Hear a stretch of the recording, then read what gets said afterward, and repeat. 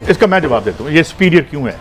ये सुपीरियर हो जाती है जब खान अली जो है वो कहते हैं मैं 2 नंबर पैसे तो साइन नहीं करांगा, और ये घटिया हो जाती है जब मेरे जैसा कोई तलवे चाटता है जाके।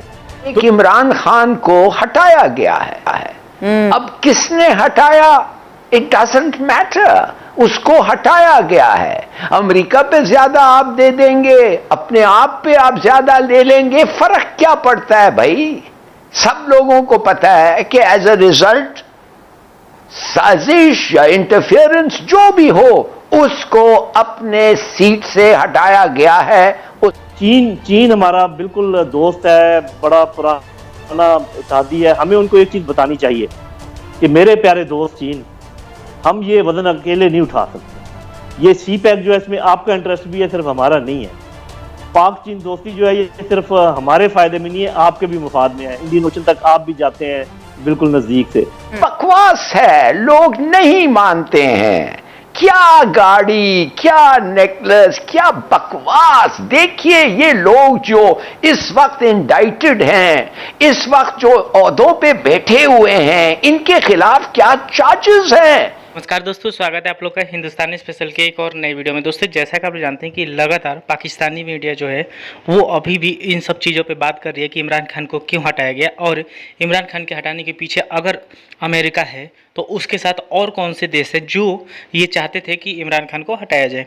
दोस्तों हिलाली जो है आपको पता है कि ये एक डिप्लोमेट रह चुका है, और ये जो है इसका ये कहना था, पहले आपको पता होगा जब इमरान खान गवर्नमेंट में था तब ये लगातार अपनी आईएसआई और आर्मी की तारीफ़ों की पुल बांधा करता था और कहता था कि जो हमारी आर्मी है या फिर जो हमारी एजेंसियां हैं वो बहुत अच्छी हैं और इससे अच्छी एजेंसी और किसी देश के पास नहीं है। लेकिन आज वही हिलाली लगातार अपनी एजेंसियों पर सवाल उठा रहा है और उसका ये कहना है कि ये जो एजेंसियां हैं ये भी पैसे के ऊपर बिक गई हैं और इसीलिए इन्होंने इमरान का साथ न देकर पैसों का साथ दिया है। दोस्तों ये बात कहाँ तक सच है ये तो पाकिस्तान ही जानेगा। हालांकि जो पब्लिक में जो कुछ भी बयान आ रहा है पाकिस्तानी आर्मी की तरफ से उसमें साफ तरीके से कहा गया है कि ऐसा कुछ नहीं है। लेकिन अभी भी जो हिलाली है और जो इमरान खान को सपोर्ट करने वाले जितने भी पैनलिस्ट या फिर जो एंकर हैं वो आज भी इन सब चीज़ों पर बात कर रहे हैं। तो चलिए वीडियो में आगे बढ़ते हैं और देखते हैं कि जो आदमी अपनी ही आईएसआई को बहुत ज़्यादा तारीफ़ें किया करता था आज वही आईएसआई को कैसे उसकी पोल खोल रहा है। तो चलिए वीडियो में आगे बढ़ते हैं। वो खत जिसे जाली कहती रही और कहा कि इसका तो कोई वजूद ही नहीं है, ये खुद इमरान खान साहब और उनकी हुकूमत ने फैब्रिकेट किया खत। अब उसकी तहकीकात के लिए एक कमीशन बनाने जा रही है ये हुकूमत, और मरियम औरंगजेब साहिबा ने प्रेस कॉन्फ्रेंस की थी और कहती हैं कि ऐसा सरबराह हम मुकर्रर करेंगे जिस पर कोई उंगली नहीं उठा सकता। कोई फ़ायदा होगा इस कमीशन का? क्योंकि पीटीआई तो कहती है कि हम नहीं मानते इस कमीशन को। पहली बात है तो बैकग्राउंड इसका ये है कि सब लोगों को पता है कि क्या हुआ है। अब क्या सीक्रेट रह गया है? जैसे आपने बिल्कुल सही कहा, औरतों तक हर घर में पता चल गया है कि एक इमरान खान को हटाया गया है। अब किसने हटाया, इट डजंट मैटर, उसको हटाया गया है। अमेरिका पे ज्यादा आप दे देंगे, अपने आप पे आप ज्यादा ले लेंगे, फर्क क्या पड़ता है भाई? सब लोगों को पता है कि एज अ रिजल्ट साजिश या इंटरफेरेंस जो भी हो उसको अपने सीट से हटाया गया है। उसके टेन्योर ड्यूरिंग उसका टेन्योर खत्म नहीं हुआ था, तो ये एस्टैब्लिश हो गया। अब आप अगर टेक्निकल बातें निकालना चाहते हैं कि इन्होंने किया, इन्होंने नहीं किया, इनका हाथ ज्यादा था, इनका हाथ कम था, ये कर लें मगर कोई फर्क नहीं पड़ता, नंबर 1। दूसरी बात है गवर्नमेंट फिर भी नहीं मानेगी, सॉरी ऑपोजिशन जो इमरान खान फिर भी नहीं मानेगा। क्यों नहीं मानेगा? और देखिए लेजिटिमेटली नहीं मानेगा भाई। जो भी आदमी हो गवर्नमेंट अपॉइंटेड है ना, गवर्नमेंट उसको अपॉइंट कर रही है, नंबर 1। दूसरी बात है इंफॉर्मेशन किधर से आ रहा है?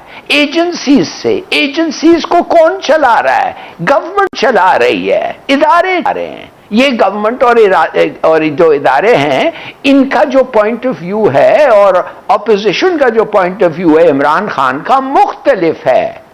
तो क्यों आप समझते हैं कि अगर भी एविडेंस हो ये लोग जो गवर्नमेंट के तहत काम करते हैं, जो गवर्नमेंट उनको निकाल सकती है, प्रमोट कर सकती है, पोस्ट कर सकती है, जो गवर्नमेंट उनको कंट्रोल करती है, आप क्यों समझते हैं वो ऐसा एविडेंस गवर्नमेंट को देंगे जो गवर्नमेंट के खिलाफ है?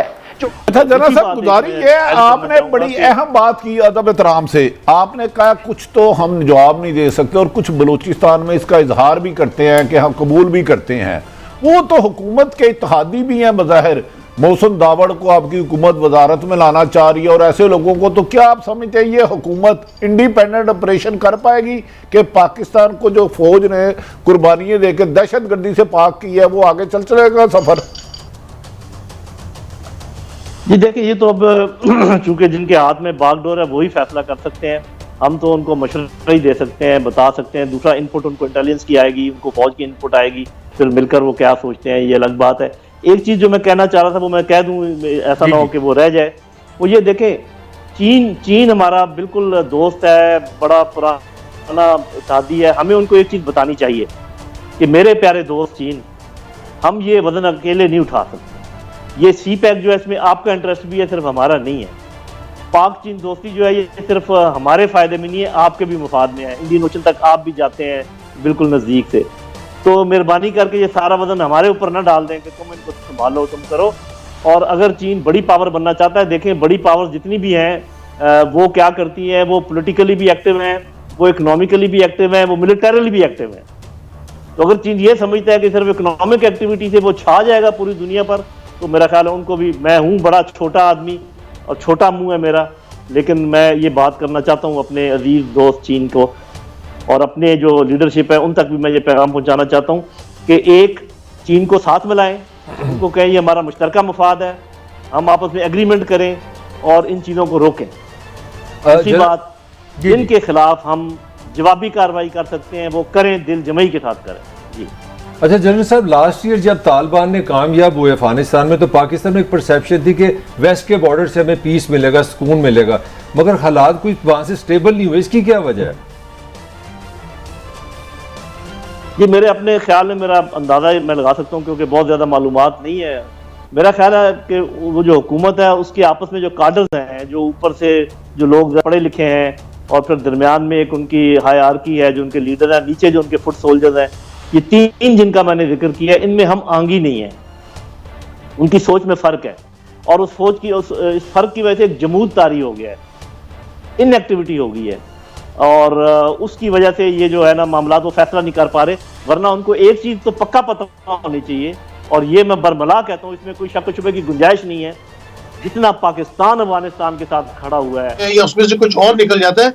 सबसे बड़ी बात तो ये है कि ये पीटीआई की गवर्नमेंट और इमरान खान साहब के दावे को तकवीत पहुंचती है जब ये गवर्नमेंट कहती है कि हम इस पे कमीशन बना रहे। इसका मतलब है कि जिस लेटर को वो झूठा कहते थे कि कोई ऐसा लेटर नहीं है, कोई साइफर नहीं है, कोई केबल नहीं है, ये सब झूठ का पलंदा है, उसको मान लेना ही 50% में तो पीटीआई और इमरान खान साहब की जीत हो जाती है। और दूसरा, हुकूमत को एक और काम करना चाहिए। हुकूमत सिर्फ ये बताए कि जो मंदरजात है उसके, जिसको पब्लिक कर दिया था इमरान खान साहब ने, क्या उस लेटर में या साइफर में क्या वो वर्ड्स यूज हुए कि इमरान खान को हटाया जाए, वोट ऑफ नो कॉन्फिडेंस कामयाब होगी तो हम पाकिस्तान होगी, अगर कामयाब नहीं होगी तो हम पाकिस्तान के लिए बुरा करेंगे, पाकिस्तान को माफी मिल जाएगी। क्या ये अल्फाज वो साइफर में लिखे हुए? अगर इसको ही इस वक्त की जो गवर्नमेंट है वो कंफर्म कर दे तो फिर बताए मुझे साजिश और मुदाखलत जो कंफ्यूजन डाला गया है।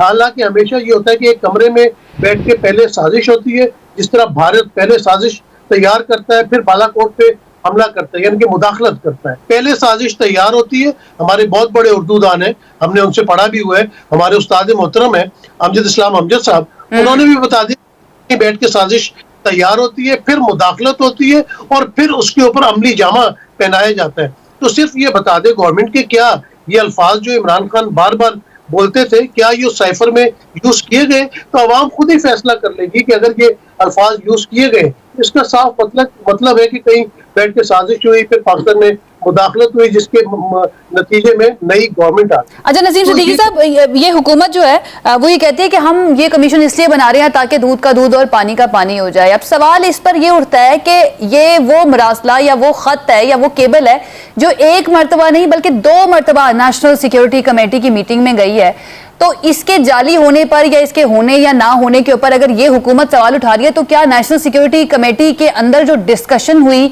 या जो DGISPR ने जिस तरह से कहा कि हाँ जी मुदाखलत हुई है, क्या ये उनको भी नहीं मान रहे?